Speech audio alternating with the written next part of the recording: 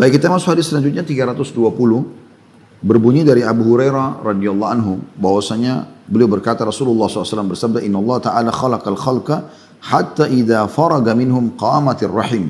Faqalat hadha maqamul a'idhi bika minal qati'ah. Qala na'am, ama tardawna an asila man wasalaki wa aqta'a man qata'aki. Qalat bala. Qala fadhalika laki. ثم قال رسول الله صلى الله عليه وسلم اقرأوا إن شئتم فهل عصيتم إن توليتم أن تفسدوا في الأرض وتقطعوا أرحامكم أولئك الذين لعنهم الله فأصمهم وأعمى أبصارهم. Sesungguhnya Allah Ta'ala menciptakan seluruh makhluk sehingga ketika dia telah selesai menciptakan mereka, berdirilah rahim lalu berkata, ini adalah tempat yang berlindung kepadamu dari pemutusan rahim atau kekeluargaan. Allah Ta'ala menjawab, ya, tidakkah kamu rela, hai rahim. Allah bicara dengan rahim sendiri. Rahim itu adalah makhluk Allah SWT juga. Kalau aku, kata Allah, hanya besar kata ganti Allah, menyambung orang yang menyambungmu dan memutus orang yang memutusmu. Rahim menjawab, ya. Allah Ta'ala berfirman, itulah bagianmu. Kemudian Rasulullah SAW bersabda, bacalah jika kalian mau, maka apakah sekiranya jika kalian berkuasa, kalian akan berbuat kerusakan di muka bumi dan memutuskan hubungan kekeluargaan? Mereka itulah orang-orang yang dilaknat Allah, lalu dibuat tuli pendengarannya dan dibutakan penglihatannya. Bagi teman-teman yang pegang buku, di situ tentu ada ya footnote ya, ada footnote di situ. Dikatakan bahwasanya yang dimaksud dengan jika kalian berkuasa yaitu memegang berbagai urusan orang-orang, punya kedudukan, ya, sehingga mereka sudah punya jabatan, punya jenjang pendidikan, punya harta, punya rumah mewah, mereka putus silaturahim. Nah, ini ancamannya. Jadi tidak boleh orang seperti itu, justru dia harus gunakan demi untuk kebaikan. Kemudian juga potongan dari firman Allah dari sabda firman Allah SWT tadi, dan mereka ditulikan pendengarannya, maksudnya mereka tidak mau mendengar lagi kebenaran. Jadi bukan berarti tidak bisa dengar sama sekali, mereka dengar, tapi mereka tidak bisa lagi ya untuk mendengar kebaikan-kebaikan. Baik teman-teman sekalian, kita akan coba ya merincikan sabda Nabi SAW ini. Allah Subhanahu Wa Taala pada saat menciptakan seluruh makhluk, dan makhluk itu bukan hanya sekedar yang kita bisa lihat dengan mata kita seperti misalnya manusia, jin, hewan-hewan, tumbuh-tumbuhan. Tapi ada yang lain. Ada yang lain. Yang lain itu seperti misalnya ya, tidak nampak. Di antaranya sifat-sifat kita, perilaku kita. Ya. Semua itu Allah ciptakan. Di antaranya rahim sendiri. Jadi kita kalau melakukan silaturahim berarti kita sedang melakukan satu perbuatan yang Allah SWT ya, ciptakan perbuatan itu untuk mendekatkan diri kepadanya. Terbukti dalam hadis ini dikatakan oleh Nabi SAW pada saat Allah sudah selesai menciptakan seluruh makhluk, maka berdirilah rahim. Bagaimana bentuknya Allahu a'lam. Tapi rahim mengatakan, ya Allah, bagaimana kedudukan orang yang memutusku? Ada hubungan kekerabatan tapi tidak mau dilanjutkan gitu ya. Maka berkatalah Allah Subhanahu Wa Taala, bukankah kau mau aku menyambung dengan orang yang menyambungmu dan memutus hubungan dengan orang yang memutusmu? Maka kata rahim, iya. Maka Allah Subhanahu Wa Taala mengatakan padanya, itu bagian darimu. Artinya orang kalau selalu peduli dengan kekerabatan ya, misalnya kedua orang tuanya, kakek neneknya, paman-pamannya, tantehnya, sepupunya, semua ini ya, saudara-saudaranya, semua ini teman-teman sekalian adalah rahim. Dan kalau orang peduli dengan mereka, maka secara otomatis Allah pun akan menyambung hubungan dengannya. Maksudnya Allah akan penuhi kebutuhan-kebutuhannya. Tapi kalau dia putus rahim tersebut, maka Allah pun akan memutus dengan dia. Lalu Nabi SAW merincikan apa yang dimaksud dengan diputus oleh Allah SWT. Beliau membaca firman Allah Subhanahu Wa Taala yang tadi berbunyi, dan maka terjemahnya, maka apakah sekiranya jika kamu berkuasa, kalian akan berbuat kerusakan di muka bumi dan memutus hubungan kekeluargaan.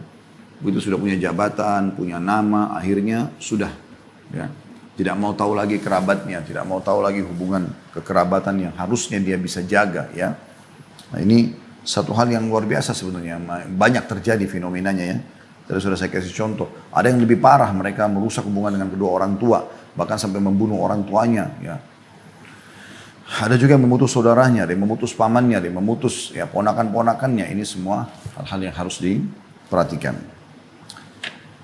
Dalam riwayat Bukhari ditambahkan, tentu di sini dalam ayat tadi belum saya selesaikan, surah Muhammad ayat 22 sampai 23. Kata Nabi SAW, bacalah kalau kalian ingin, orang yang memutus silaturahim itu pasti akan dihukum oleh Allah SWT, dan kalau yang menyambung Allah akan sambung hubungan dengannya.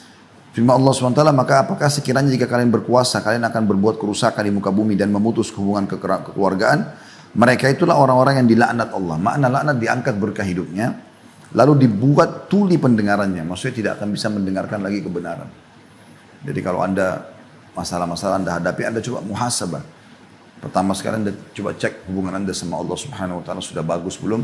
Kemudian setelah itu hubungan dengan kerabat-kerabat. Nah, ini penting, hubungan dengan kerabat-kerabat. Karena hubungan sama kerabat baik, maka akan baik insya Allah. Bi'idznillah, ya. Karena ini bahkan kita bisa menerima kebenaran-kebenaran nanti pada saat ya, disampaikan. Allah SWT tidak tulikan pendengaran, tapi Allah akan tulikan orang yang memutus silaturahim. Selanjutnya hadis nomor 300, masih ada dalam riwayat Bukhari lanjutannya. Faqala Allah Ta'ala, man wasalaki wasaltu wa man qata'ati qata'tuhu. Man qata'aki qata'tuhu. Maka Allah Ta'ala berfirman, siapa yang menyambungmu, maka aku akan menyambungnya, dan siapa yang memutusmu, maka aku akan memutusnya. Ya. Ini makna daripada rahim tadi. Selanjutnya teman-teman sekalian, kita akan masuk ke hadis nomor 321 yang berbunyi dari Abu Hurairah radhiyallahu anhu bahwasanya Rasulullah, beliau berkata, Ja'a rajulun ila Rasulillah sallallahu alaihi wasallam faqal, ya Rasulullah, man ahaqqun nasi bi husni sahabati? Qala ummaka atau ummuka. Qala thumma man? Qala ummuka. Qala thumma man? Qala ummuka. Qala thumma man? Qala abuka. Hadis ini riwayat Bukhari Muslim. Artinya, ada seseorang laki-laki datang kepada Rasulullah SAW lalu bertanya, wahai Rasulullah, siapakah orang yang paling berhak mendapatkan perlakuan baik dariku? Maksudnya aku prioritaskan pada saat butuh bantuan-bantuan. Maka beliau SAW menjawab, ibumu. Lalu dia berkata, kemudian siapa? Beliau mengatakan ibumu. Kemudian orang itu bertanya lagi, kemudian siapa? Kata Nabi SAW, ibumu, 3 kali. Lalu kemudian dia berkata lagi, kemudian siapa? Lalu Nabi SAW mengatakan ayahmu. Nah. Saya baca dulu riwayat yang lain juga ada, mirip dengan ini baru kita jelaskan insya Allah. Yaitu berbunyi, ya Rasulullah, orang itu mengatakan, ya Rasulullah, man ahaqqun nasi bihusni suhbati? Qala ummuka, thumma ummuka, thumma ummuka, thumma abuka, thumma adnaka adnak. Wahai Rasulullah, siapa yang paling berhak mendapatkan perlakuan baikku? Beliau menjawab, ibumu, kemudian ibumu, kemudian ibumu, kemudian ayahmu, kemudian orang yang terdekat denganmu, lalu orang yang terdekat denganmu. Imam Nawawi menuliskan, as-sahabah semakna dengan as-suhbah, artinya perlakuan. Kalimat thumma abaka, kemudian ayahmu dibaca, ya, seperti kalau asumsinya thumma bir abak, kemudian perlakukan baik ayahmu. Hadis ini teman-teman sekalian, perlu kita rincikan, yang dimaksud adalah perlakuan. Misal, seorang anak diminta tolong oleh ibunya mengatakan, nak tolong ambilin saya air itu. Si ayah mengatakan, nak tolong ambilin ayah air itu. Ibu mengatakan, ayah juga mengatakan. Siapa yang didahulukan? Ibu. Ya. Dalam pelayanan ibu. Tetapi saya melihat di tengah-tengah masyarakat kita, banyak sekali orang yang menyalahgunakan hadis ini. Terutama di kalangan ibu-ibu. Ya. Bentang-bentang dia sudah status ibu, lalu dia mengatakan, ingat nak ya, ibumu, ibumu, ibumu. Selalu begitu. Jadi seakan-akan tidak apa-apa kok kurang ajar sama ayahmu. Dan itu banyak terjadi. Padahal sebenarnya ini butuh rincian. Ini dalam pelayanan. Ada hal-hal yang tidak boleh sama sekali ibu ikut campur. Seperti misalnya masalah penisbatan nama. Tetap anak itu dinisbatkan kepada ayahnya. Tidak mungkin pindah ke ibu walaupun ibu mengandungnya 9 bulan. Kemudian juga wali pernikahan bagi anak perempuan. Ini banyak terjadi nih. Kata Nabi SAW, ayyam mamra'atin angkahat nafsa bighairi idni wali wa fanikahuha batil. Perempuan manapun yang coba-coba menikahkan dirinya tanpa izin walinya, ayahnya, maka nikahnya batal. Jadi walaupun ibunya setuju 1000 kali, tetap nggak bisa. Banyak laki-laki begitu ya.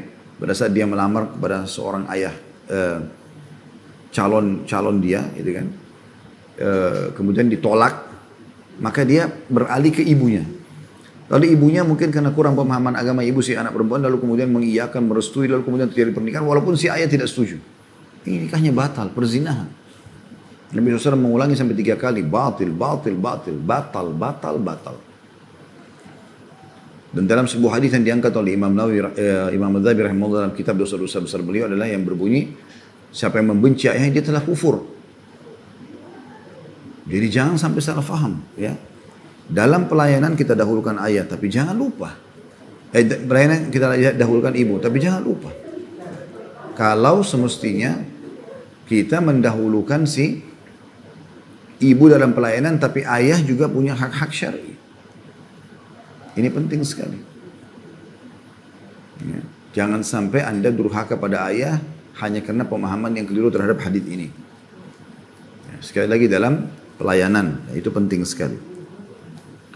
Hadis selanjutnya 322 yang berbunyi dari Abu Hurairah radhiyallahu anhu dari Nabi SAW beliau bersabda, ragama anf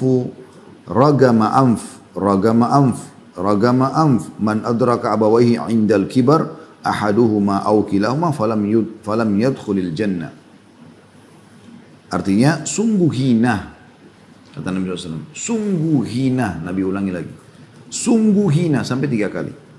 Ada footnote nomor 321 di bawah, ragama anfu fulan, ya, kalimat ini sungguh hina ini artinya adalah hidung si fulan menempel dengan tanah. Ini merupakan kiasan yang menunjukkan kehinaan. Jadi orang Arab kalau mau membahasakan orang itu terhina, dia mengatakan hidungnya tertempel dengan tanah. Ini mirip dengan sabda Nabi SAW, ragama anfu mri'in man idza sami'tu dzukira inda wa lam yusallim alayya.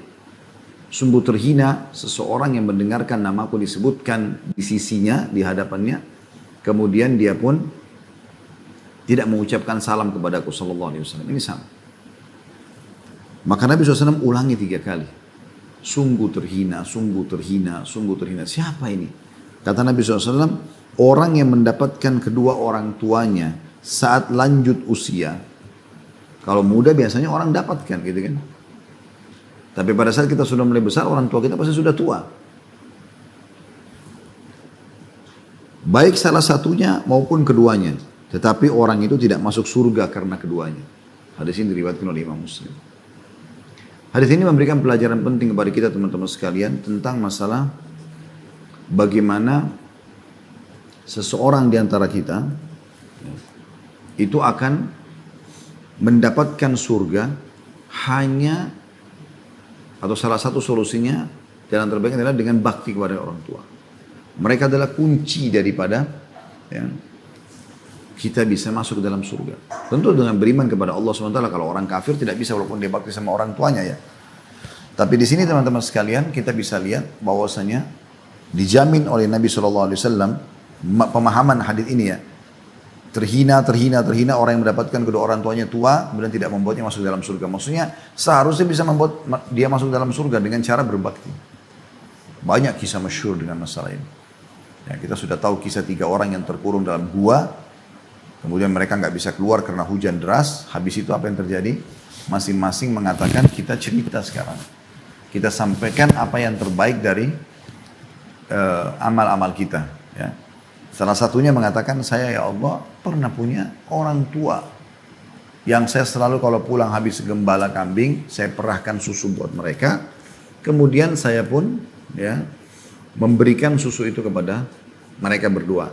Satu hari saya pernah pulang, ternyata mereka sudah tidur dan saya tidak ingin mengganggu tidur mereka.